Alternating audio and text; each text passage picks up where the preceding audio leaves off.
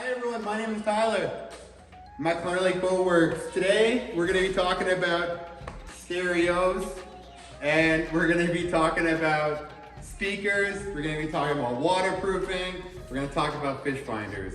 Okay, what product we're going to talk about right now? First is the stereo. You know, like 20, 30 years ago, like stereos were like a ton of money to buy, and everyone went to Canadian Tire and they were looking for like a blow plunk with a handle, or like a Clarion or a Sony Explode. Marine stereos, there's like, I have them pretty much here. The good ones to buy is Boss Audio and Pyle. I wouldn't touch anything else because they like specialize in just marine grade stereos. So this one right here, we got the, it's the MR632 Uniform Alpha Bravo. It's a marine stereo. It's got a multicolored color, so you can change like the color of the display if you want, like pink, white, blue, whatever, red.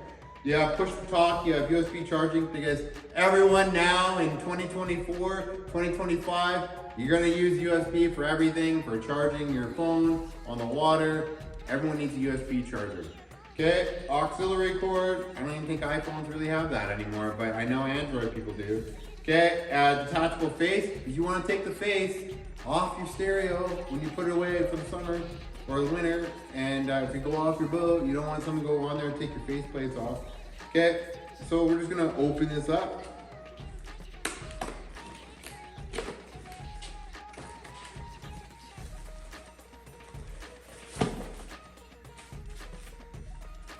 So yeah, there's the actual like stereo itself. Pretty nice unit. You got like a detachable face. You hit this button, this detent right here. Takes the faceplate off. One thing I like about Boss Audio is they bring you actually like a really nice felt faceplate, like a faceplate bag, so you can put your faceplate away.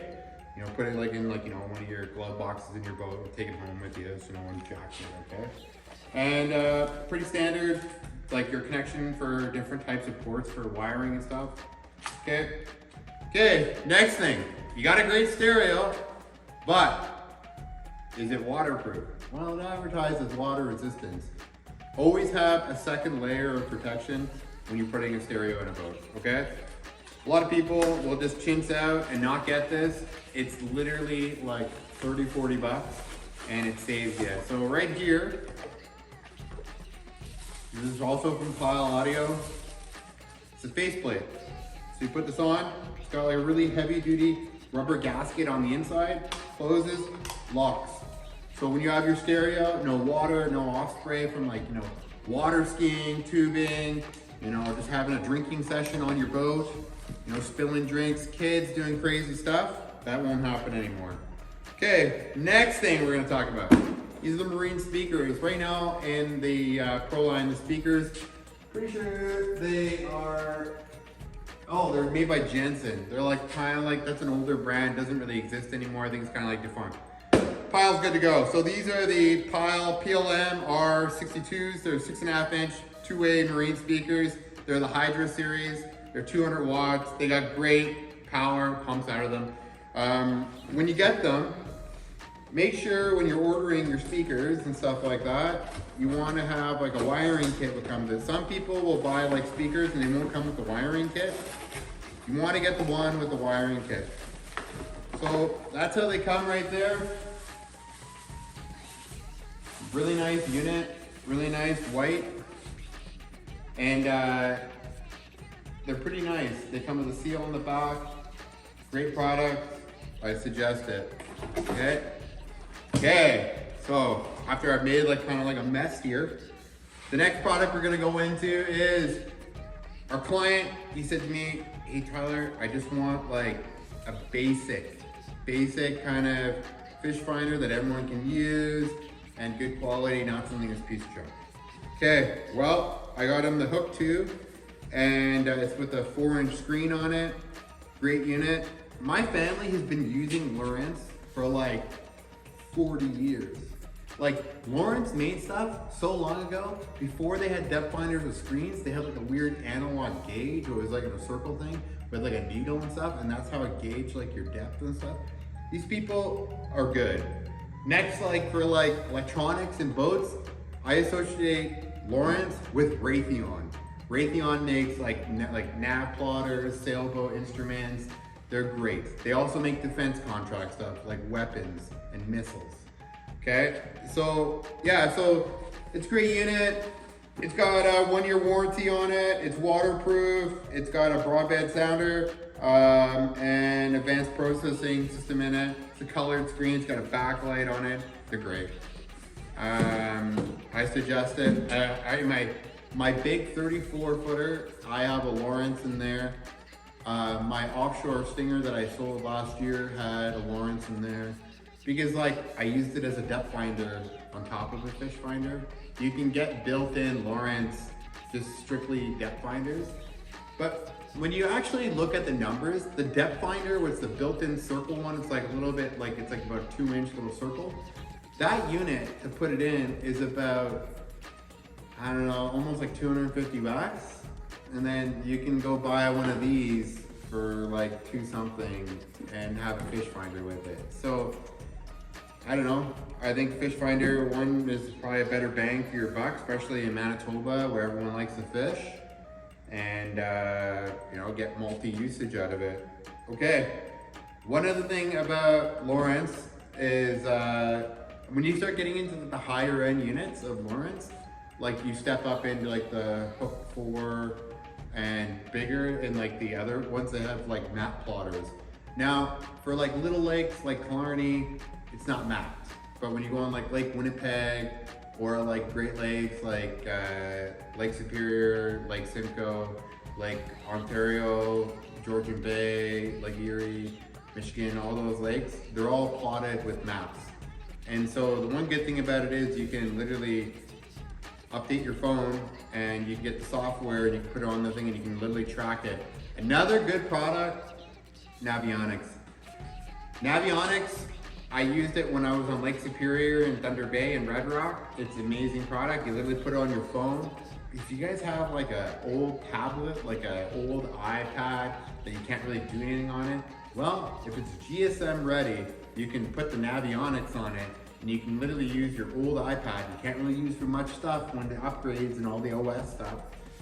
You still use it for Navionics, so it's like kind of like a second life out of it. So we're gonna just like move ahead. We're gonna get this all installed. You're gonna watch a little quick video of me just getting the boat all ready, getting the canopy up. I'm gonna get Jackson in here in a bit and he's gonna go vacuum out this boat. We're gonna get it all cleaned up. We're gonna power up the stereo system. We're gonna get the fish finder / depth finder installed. And one other thing we're gonna get done, but it's gonna be in a later video. We're putting in a new automatic bilge pump in this because the one in here was a manual one. Don't cheap out and buy a manual bilge pump. I know when you go to Canadian Tire, first of all, Canadian Tire is not the place to buy bilge pumps. You buy it from like Amazon or whatever, you buy a good brand like Rule, Atwood, a good brand. Not these mystery weird brands like Sea Dog or something like that, or not Sea Dog, whatever, like there's like the Seafair or whatever. They have like a cheap one at Canadian Tire that like, it seems to like go bankrupt and open up a new name and they put on the bilge pumps, they fry. So like, a guy who has wood boats would have constant active bilges. I don't mess around with bilges. I got Rule. Rule is like the best. This brand, try this out, this is a good one. Another one, Atwood. Atwood's another good one, okay? There's certain copies of like the Atwood ones, but are actually half decent and stuff like that. But if you need a bilge pump for like reliability and for insurance purposes, because you got a big old wood boat like me and you're just a sucker for punishment, spend the money, get a good bilge. If you're buying a bilge less than 150 bucks, you're buying something that it's going to be questionable. It might last you 5-6 years or whatever like that. But I am actually in like the habit of, I take my bilge pumps out every year and I wash them with liquid soap or fast orange. I get them all nice and clean. And then I inspect them, I clean them, run them up with a 12-volt battery, just make sure everything's good to go, no grime and stuff. Because in that winter time, when the boat sits with a dry bilge, all that bilge, algae, and nastiness is gonna go cake onto your impeller, and then your impeller is gonna try to turn. It's gonna have all this resistance on it, and you're gonna fry the motor. Okay, so that's gonna be coming up. And yeah, so stay tuned. And yeah, hope you enjoy.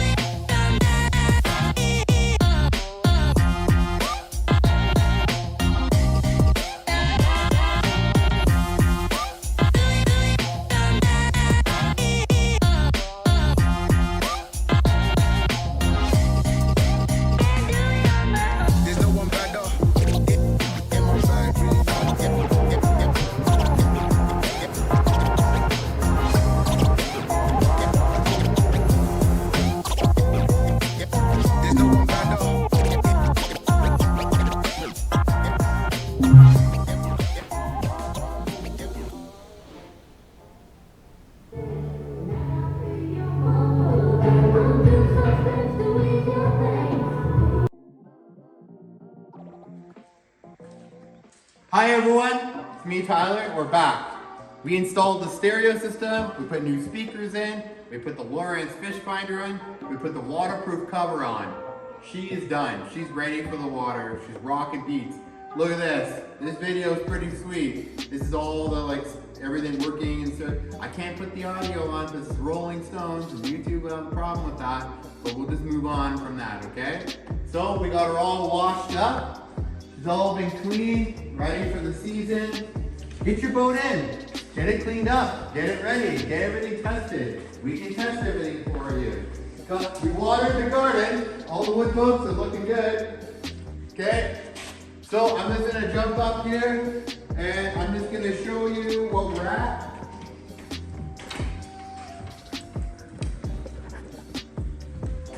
So we got right here,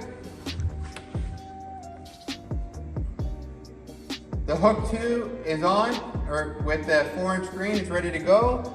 It's not gonna register anything because it's not in the water, okay? Down here,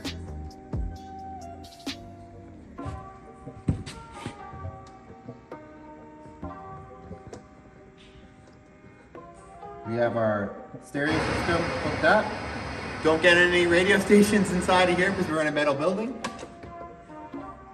Nice fitted cover to protect it from water. Everything's hooked up on power kill switches. So when we're putting in a wiring system and stuff like that, no one wants to see tacky wires and some kind of jerry rig kind of thing on the floor. So today, Jackson and I, we took the wiring, we ran it right through the whole floor of the boat, out to the back, so you don't see any wires. Everything has been cleaned up really nice. And you can't see anything. And we have really nice mood lighting inside this boat. It's such a nice boat, This is like a Florida boat to just rip on the lake. Anyways, I think the Dixon family will be really happy with the fish finder system. And they'll be able to go cruise on the lake. Okay, we're just gonna talk about the back of the boat. When you're putting in a fish finder, one of the big things that people make mistakes when putting holes into your boat. Try to put as least amount of holes in your boat. When I put on a transducer, I use 5200 and I put that around. I put my screws in so it seals it as it goes in. What's the difference between silicone and 5200? Well, 5200 is an epoxy, it's a marine epoxy. You can glue 2 fucking rocks together, okay? So that's there. Clean this all up with nice zip ties. So that line is now running all the way through the bottom of the boat, all the way up into the console. It's good to go. Try to avoid cutting any kind of holes. Try to use manufacturer holes. Now, if you're dealing with wood boats, that's a whole other story. You have to be really creative in how you hide the lines. I was telling Jackson earlier, we have a Lowerance in the big 34-foot double aft cabin flybridge. The line that goes from the helm station to the transducer, the distance is only about 25 feet. The issue is I have so many weird crevices. It's actually 75 feet of actual transducer line, but I have just like going through like an extension on top of an extension to get it where it needs to be. Okay, so this boat looks great. Everything is ready for the next stage. The next stage is we're gonna be doing bilge pumps. We're not putting cheap bilge pumps in, we're putting good bilge pumps. What's a good brand? Atwood, Rule. And like for an Atwood, Sierra, automatic. Don't waste your time with a manual. We're gonna talk about a real-time story what happened. I dealt with the customer's boat last summer. Beautiful boat. It was a Glastron. I'm not really a fan of Glastron, but it was a nice boat. And it only had a manual in it. So you had to hit a button to make the bilge pump go off. There was no automatic. So they went away and a big storm, good old Manitoba Killarney storm comes in, and the waves wash over the back of the Glastron and like swamp the boat, because the boat had no chance because it didn't have an automatic bilge pump. I bet you if it had an automatic bilge pump, it would have maintained. If you had like a 500 or an 800 gallon bilge pump, every time it just kick in and so when I put the new bilge pump in, which is coming tomorrow, and next weekend you'll see another video of it, we're gonna put a bilge pump directly off of the battery. So it's gonna be off on its own, it's gonna be its own battery, and it's gonna run, if the master power of the boat's off, the bilge pump will still go on because it's direct wired to the battery. It's not gonna run all the time, it's only gonna run when it needs to, because it has like a, kind of like a toilet with like a float, and the float will go up when it senses water and it kicks in the bilge pump system, and then when it goes back down, it kicks off. So it's a pretty good piece of kit. Try to avoid buying a bilge pump with an external bilge pump like this, like the float, because I've had things get caught underneath the bilge pump float, and then it pumps and then it overheats and actually can cause a fire inside your boat because it can't shut off. One of my favorite bilge pumps, and I swear by these, is the Johnson pump, because the Johnson has no like float, it's all digital. Somehow it just senses, it knows where the water is. And I've never had an issue with a Johnson yet. And the cool thing about a Johnson pump is the inside, reference here, can unlock and then come out, and then you can replace the core. So if you did burn out the motor, you can replace the motor. It's all kind of like rebuildable, like modular. So that's a good piece of kit. So anyways, this is the Proline. Next week we're going to be putting in, later this week we're going to put that bilge pump in. And we're going to be putting some all new interstate batteries in that are provided by a local battery supplier, Killarney Tire. And we're going to get the trolling motor all good to go. And we're going to get that bilge pump in, and the Dixon family is going to be good for the high seas of Killarney Lake or Pelican Lake, whatever they choose. But last summer, this boat spent its summer on my dock beside my big Chris craft, and it was kind of nice having a, I call it like an emergency boat if you ever had any issues, because this boat is super reliable. And it's my favorite brand, Mercury, because I don't really have time for Honda, Yamaha. I'd rather Evinrude and Mercury. Anyways, my name is Tyler. I'm at Killarney Lake Boat Works. Follow, share, like, follow us on Instagram, YouTube, and Facebook. Not on Twitter yet, but maybe one day. Have a good one.